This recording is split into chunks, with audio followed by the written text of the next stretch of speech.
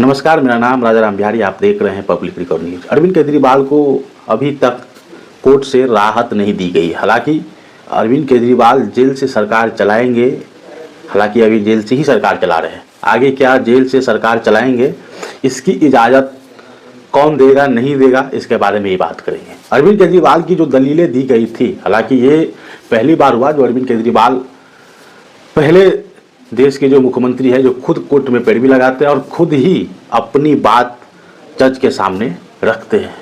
उस दिन कोई वकील अरविंद केजरीवाल के तरफ से कुछ नहीं बोलते। अरविंद केजरीवाल खुद ही चीज़ बोलते हैं कि हमें जो गिरफ्तार किया गया, क्या एक मुख्यमंत्री को गिरफ्तार करने के लिए 4 आदमी का गवाह जरूरी है? ऐसे व्यक्ति जो खुद इस शराब घोटाले कांड में शामिल है, उसे ईडी किस हिसाब से उसे छोड़ दिया गया, किस हिसाब से उसे गवाह दिया बना गया? क्या बीजेपी को 50 करोड़ को चंदा दे करके अरविंदो फार्मा के जो शरद रेड्डी है उसे जो है गवाह बना करके एक सिटिंग मुख्यमंत्री को जेल में ईडी गिरफ्तार कर लेती है ज़बरदस्ती? क्या यही लोकतंत्र है और क्या यही कानून है? अरविंद केजरीवाल ने क्या कुछ कहा वो लास्ट में हम आपको बताएंगे और दिखाएंगे कि अरविंद केजरीवाल किस तरह से दलीलें दी और जज के सामने क्या क्या बातें जो है अरविंद केजरीवाल ने रखा। अरविंद केजरीवाल सरकार, दिल्ली में अगला मुख्यमंत्री कौन होगा?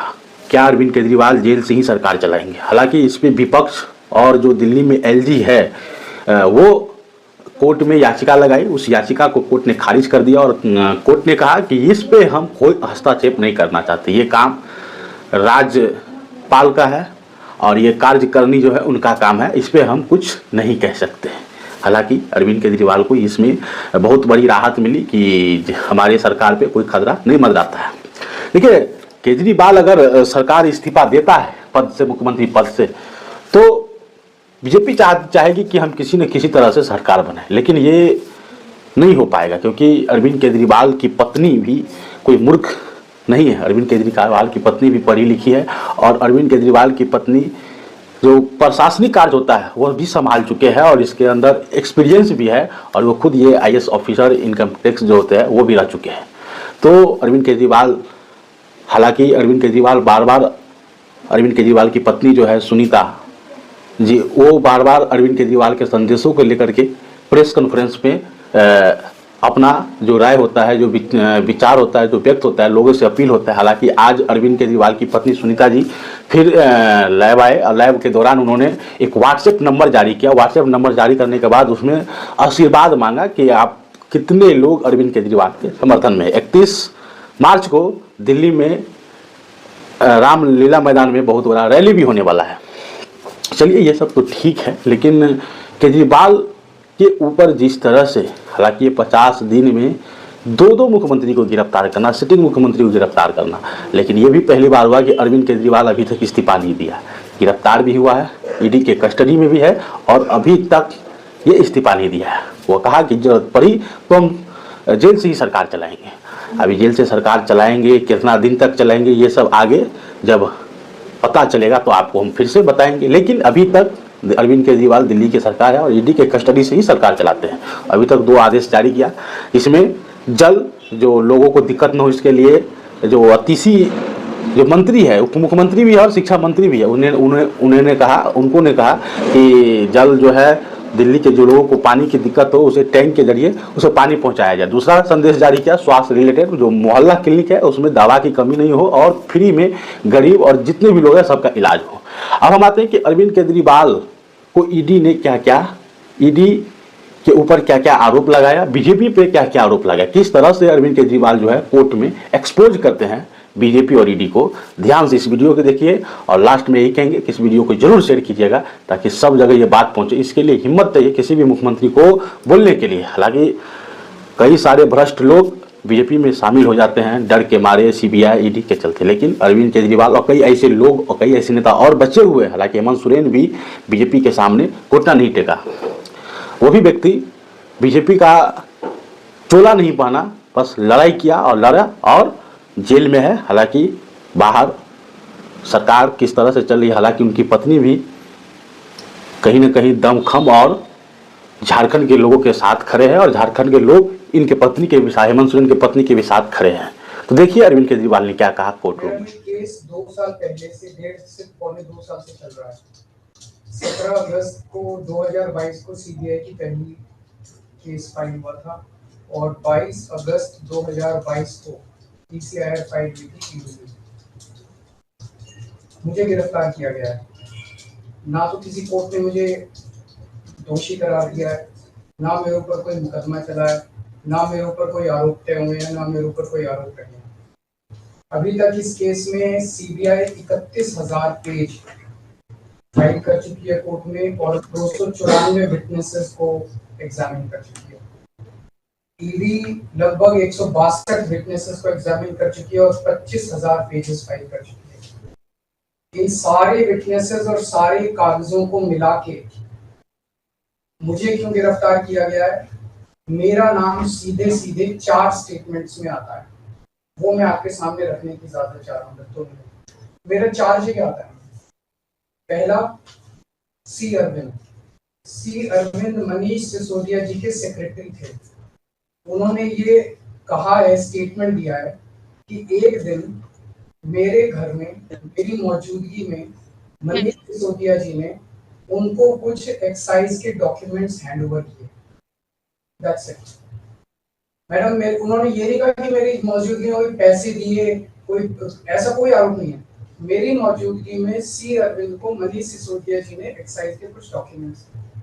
मैडम मेरे घर पे ढेरों एमएलए आते हैं, ढेरों मंत्री आते हैं, ढेरों डिग्निटरीज आते हैं, अपने अपने सेक्रेटरी लेते हैं, वो आपस में खुसर भी करते रहते हैं, आपस में डॉक्यूमेंट्स भी एक्सचेंज। मुझे क्या पता कि कौन किसको क्या दे। Is this a sufficient reason to arrest the second chief minister? क्या ये स्टेटमेंट एक सेकंड चीफ मिनिस्टर को अरेस्ट करने के लिए पर्याप्त है?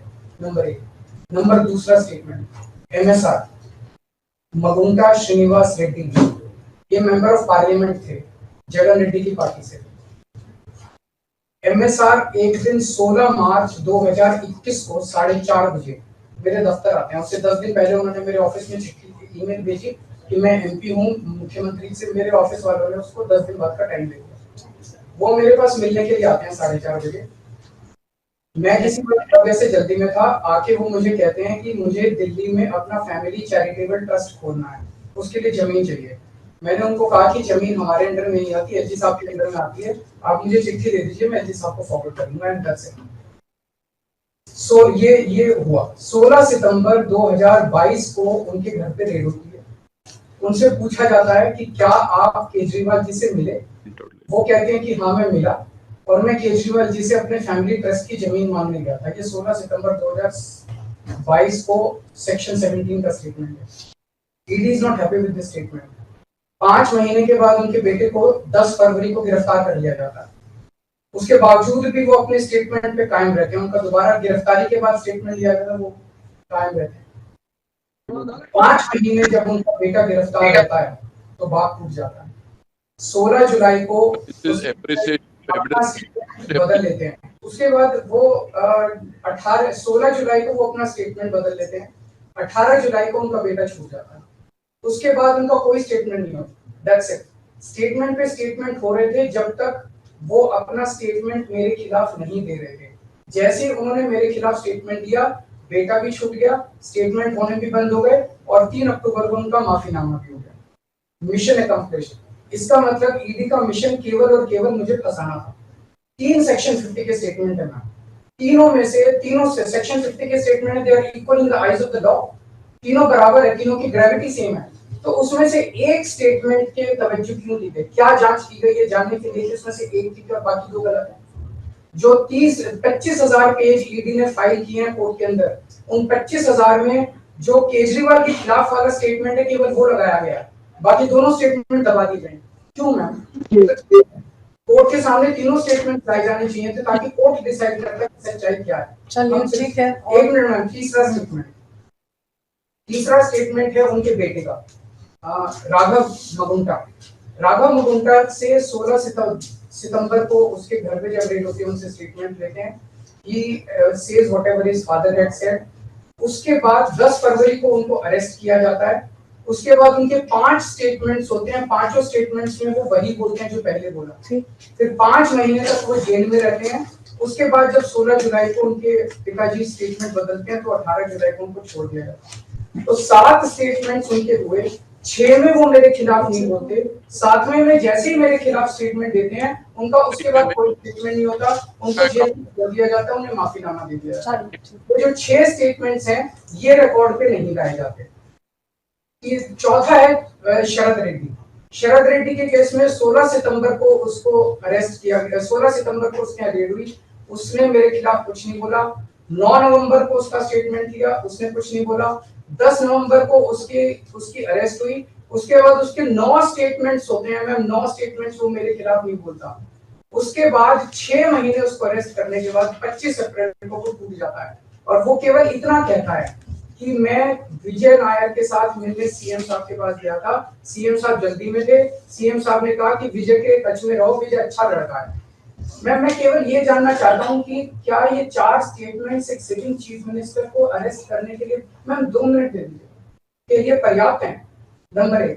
नंबर 2, जो 30,000 पेज फाइल किए गए हैं, ये 30,000 पेज के अलावा 1 लाख पेज ईडी के दफ्तर में जो हमारी बेगुनाही के सबूत है मैम, उनको कोर्ट के सामने नहीं लाया गया। ये दूसरी बात मैं ये कहना चाहता हूँ, ये शराब घोटाले का पैसा आखिर है कहाँ, जो शराब घोटाला कहा जा रहा है मैम? ये आरोप लगाया जा रहा है कि 100 करोड़ रुपए किसी साउथ लॉबी ने शराब की हमने पॉलिसी बनाने के लिए, हाँ जी 100 करोड़ आम आदमी पार्टी। मैम ये जस्टिस संजीव खन्ना का ऑर्डर है, जस्टिस संजीव खन्ना का order ma'am page 22 para 12। The assertion in the complaint filed by DOE that kickback of rupees 100 crore was actually paid by Liquor Group is a matter of debate. Sanjeev Khanna कह रहे हैं, इसका मतलब ये साबित नहीं हुआ, इसका मतलब ये विवादास्पद है, इसका मतलब ये संदेहास्पद है, इसका मतलब इसके लिए सबूत नहीं है। तो जो 100 करोड़ रुपए ये कह रहे हैं कि हम लोगों ने रिश्वत ली, वो रिश्वत तो संदेहास्पद है, उसके तो सबूत ही नहीं है। लेकिन असली शराब घोटाला क्या है? असली शराब घोटाला शुरू होता है ईडी की जांच के बाद। जब ईडी की जांच शुरू हो जाती है, ईडी की जांच के 2 मकसद हैं। एक स्मोक स्क्रीन क्रिएट करना पूरे देश के सामने, आम आदमी पार्टी ने चोरी की है, आम आदमी पार्टी भ्रष्टाचारी है, आम आदमी पार्टी ने शराब घोटाला किया, और उसके पीछे एक्सटॉर्शन रैकेट करना जिसके जरिए वो एक्सटॉर्शन रैकेट करना जिसके जरिए वो पैसे इकट्ठे कर रही है। मैं आपको सबूत दे रहा हूँ। शरद रेड्डी के केस में शरद रेड्डी को बेल 2 वजह से मिली। एक, शरद रेड्डी ने मेरे खिलाफ स्टेटमेंट दिया और शरद रेड्डी ने अरेस्ट होने के बाद 55 करोड़ रुपए का चंदा बीजेपी को दिया, 55 करोड़ रुपए के bonds arrest. So he bought his bail ma'am, he bought his bail. Then now the money trail is clearly established. Ma'am, just last 1 minute. Last 1 minute.